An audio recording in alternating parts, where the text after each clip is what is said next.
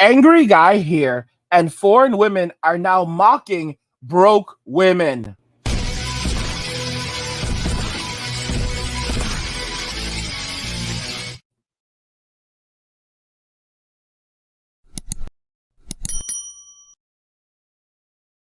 Foreign women are now mocking broke women. Let's just go ahead and jump right into this comment from Mayumi. So, Mayumi is our favorite doctor and resident troll. She says, "You hear that? It's the happy sound of satisfaction that Western women played themselves in response to, that women are going broke. They are falling into loneliness and despair. And of course, Mayumi has no sympathy for them. She responds, I love it. I did everything right, and I own what I have. I own what I want, and I have a family, land, and a legacy." Now, this is not the only comment she left. I didn't bother to dig the other ones out, but she also left some other comments where she said that she owned a Fiat, I believe.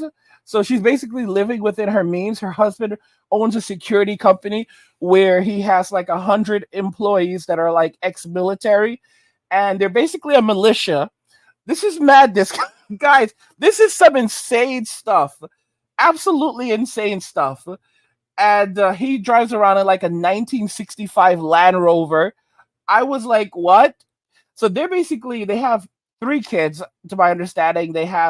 She has her daughter, her son that they're going to send to Japan probably because children shouldn't be raised here in America anymore.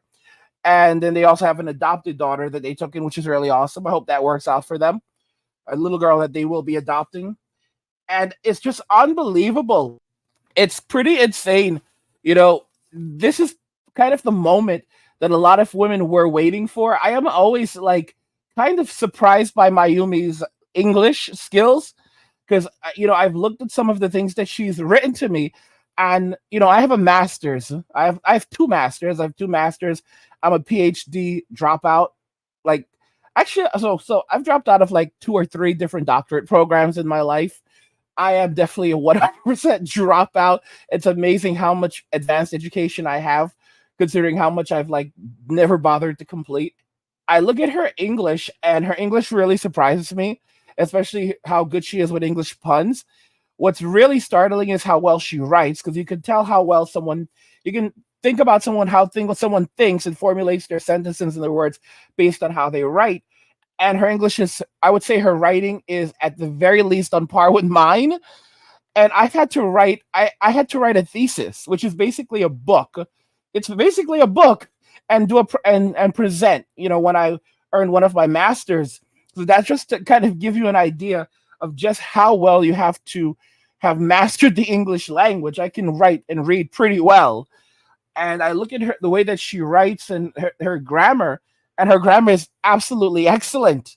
You know, of course are always going to be people who are like sticklers for this and that, but I'm constantly shocked with her English, considering that she's native Japanese and how well she's adapted. So it's kind of intriguing. I bring that up because so many American women can't really speak very well, and they can't really write very well. Like their English, especially in the African American community, it's like the women in that community, they struggle with English. Not all, of course, women who are have an education, but a lot of them do struggle with English.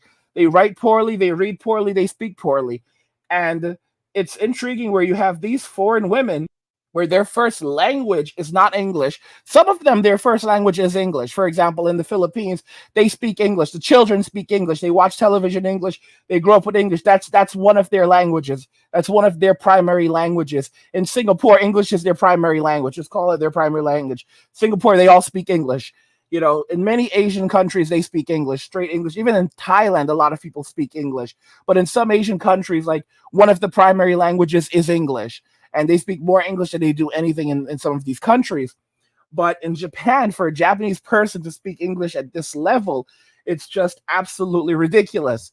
S to the B, Soraya, she actually points out that like when guys go to Germany, they worry like, oh, am I going to be able to speak the language? And she said, don't worry about it. Everybody speaks English here. She's like, they all speak English in Germany. And it's very interesting because every German person I've ever met in my entire life.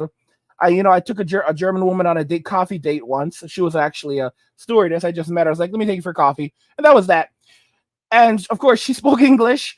I was traveling in Mexico, ran into some random dude, and we just started talking. He was from Germany. He spoke perfect English. Everyone I've ever, and it's not just even that. Like, I've worked with like different people who lived in Germany for years, and I never really thought about it. Even some high school students, like the students in high school, spoke perfect English. I've never known anyone from Germany that did not speak English. I'm sure they exist, but I've never met anyone from Germany who did not speak English. Everyone I've known has always spoken English. Even the people who told me, like, "Oh, I'm worried about my English," like, they speak perfect English. They speak such good English, and they like then move to the U.S. and then go working. And it's like, what, dude? You speak perfect English.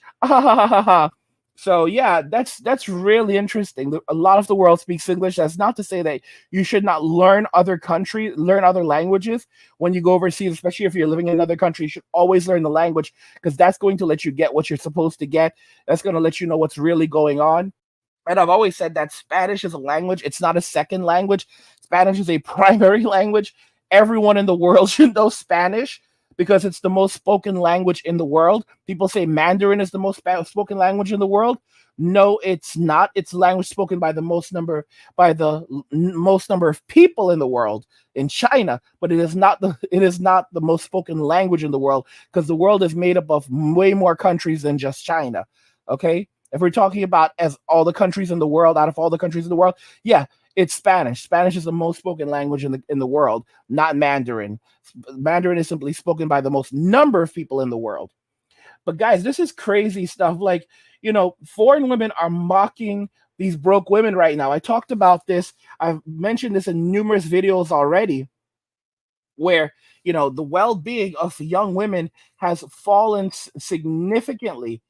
It's absolutely crazy that this is the first time since people born in 1928, though it's the first time in modern history in almost 100 years where women, and not even that women that are who are young, women between the ages of women who are Gen Z and millennial women, so women who are 14, right? So women who are as young as like 14 through 42, women between the ages of 14 and 42 are passing away at rates higher than women born in 1928. That's almost 100 years ago. So women between the ages of roughly 14, between 14 and 42 are passing away at rates higher than women born in 1928. And not only that, but their quality of life has significantly declined. So their quality of life has declined very, very is declined rapidly and is continuing to decline rapidly. As you can see here, millennial women are facing the first decline in well-being since the silent generation. Those are women born in 1928. And it's crazy because this generation between millennials and Gen Z, these people they have the highest number of college degrees. They have they're entering the workforce at higher rates than men, and yet their quality of life is lower than a woman who was born in 1928. And things are not necessarily better for American women today than they were for their mothers and grandmothers, according to this new report. In recent years, the most important makers of women's safety and health have declined, the data showed. And so the PRB created an index of women's well-being, identifying factors that best indicated the general status of poverty, education, incarceration, political representation, physical and mental health, and participation in the labor force. The index was created to compare the status of different generations of US women at the same stage of life around the ages of 25 to 34. While there have been some areas of generation to generation improvement, millennials are the first generation of women since the so called silent generation who are seeing declines in overall well being based on the index, said a lead author of the report, Sarah Siri Guiley, a research analyst at Population Reference Bureau, a nonprofit organization that collects population data on health and well being. The silent generation was born between 1928 and 1945, living through the Great Depression and World War II. According affordable quality health care is particularly a problem in rural communities for women such as Tyler Azor, a 28-year-old mother. Often doctors will come into town to pay off their student loan debt and then move on to bigger. So, looking at the progress and the decline, there was a sharp progress in health, safety, education, and employment from the silent generation to baby boomer women. Progress slowed somewhat for Gen X compared to their mothers, but then things began to stall in 2017. She added, in the updated report, we saw that is no longer stalled, but is now actively in decline for millennials. The rate of women being deleted among millennial women has increased compared to Gen X. Of course, so more millennial women are being deleted from society than Gen X women, according to the data. And in terms of self deletion rates, so women deleting themselves from reality, those rates have nearly doubled from Gen Xers to millennials. So the rates of millennial women self deleting is about twice the rates of Gen X women deleting, and mater, maternal mater, maternal mater, maternal mortality rates have risen dramatically, the report showed. The disparities in health and well being are even greater for women of color, the data indicated. So, Black women in the United States are passing away at alarmingly high rates. White women are already passing away at extremely high rates and they're deleting themselves at extremely high rates, and they're passing away at extremely high rates. But the frightening thing is Black women are even passing away at even faster rates, at higher rates than white women who are already seeing massive increases. So this is all insane. And they're trying to say that this is because they're women are doing this because they don't have access to, universal uh, facilities that allow them to delete and terminate unwanted gestations now, which is absolutely insane. That is not the reason. And of course, they're going to blame men for this. Women need a seat at the table. So they're saying that women don't have enough political representation also. When it comes to the trend of well being around for women, particularly women of color, experts want to see more access and more inclusive decision making. When we talk about health, it is our ability to access preventative care. It's our ability to afford preventative care and routine care for chronic conditions, and our ability to afford mental health when it comes to mental health crises. When it comes to addressing these problems, women should be including in the decision making. But here's the thing, guys. When it comes to policy management, the people who are making all of these decisions are women. The people who are planning healthcare promotions are all women. Women are the ones who are in charge of all of this. Men essentially have no seat at the table anymore. Most doctors in the United States are now women. Most people who are attending medical school are now women. The nursing field is by vast majority, it's like 90% women. The medical field as a whole is now moving towards 75 to 80% being entirely women, and that number is steadily rising.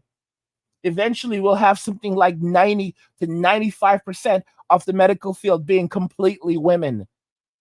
So guys, as women make more inroads and they are already in immense positions of power.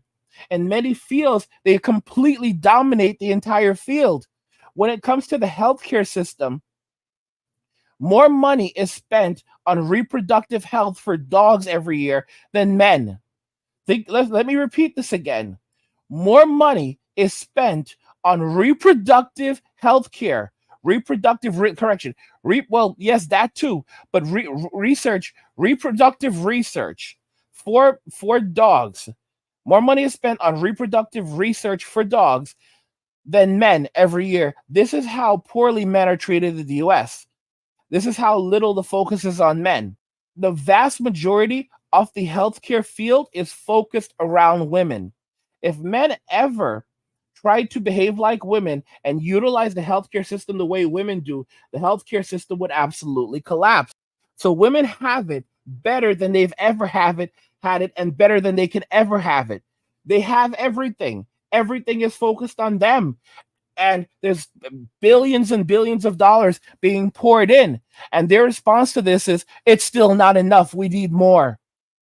But how much more do you need? It's like, what you guys, they don't seem to understand that the well-being of women is declining because women no longer have the family unit. They completely live off the government now. They have to they're turning to big daddy government for everything. With the loss of the family has decreased their well-being. This is why Filipinos focus on their family, because they know that their survival is based around the family.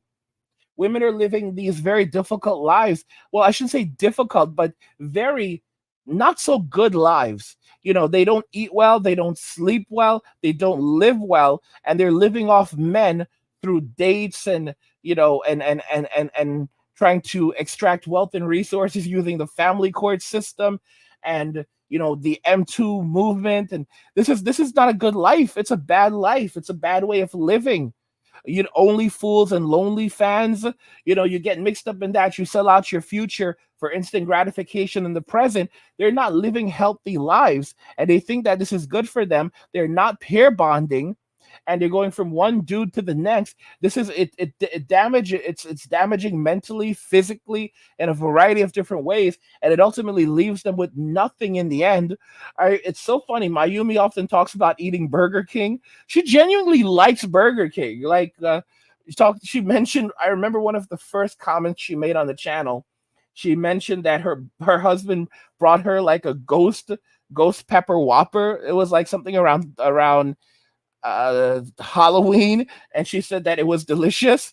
And could you imagine, like, most American women would look at you like, you, how dare you even consider bringing that peasant food to me? This is while they're like eating crackers, cheese, and ham, like, because they don't have money to like actually eat out. And some of you are like, oh, crackers and cheese and ham are delicious. Bro, you can't live off that. Just because you like to live off that doesn't mean everyone wants to live off that. Yes, some guys will live off that, but that's how they're living. These women, they can't clean, they can't cook, and they've been raised by their mothers to think that these acts are oppressive. So to clean for yourself and to cook for yourself is oppressive, because that's what servants do. Cleaning and cooking for yourself is something you should not do as a grown woman, because that's what servants do. So that basically means that you see yourself as a queen and you see other people underneath you, right? Oh no, that's not what I'm saying. The people who do these jobs, they should be properly compensated. Okay, so how are you going? So if you don't cook and you don't clean for yourself, then you're always going to have to pay someone to do it for you. That's why you want to get a man then, right? Oh, so he can provide someone to do all of those things for you. And a real man does everything for you, right? And he asks for nothing in return. And what does he get? Your presence. Bye, Felicia. Foreign women are mocking broke women.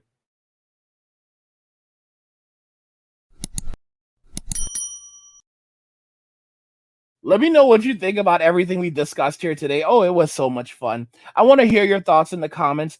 Like the video if you like it. Don't forget to subscribe. And if you like the video, share the video. And just remember that all roads lead to MWA, man, walking away, and cheers.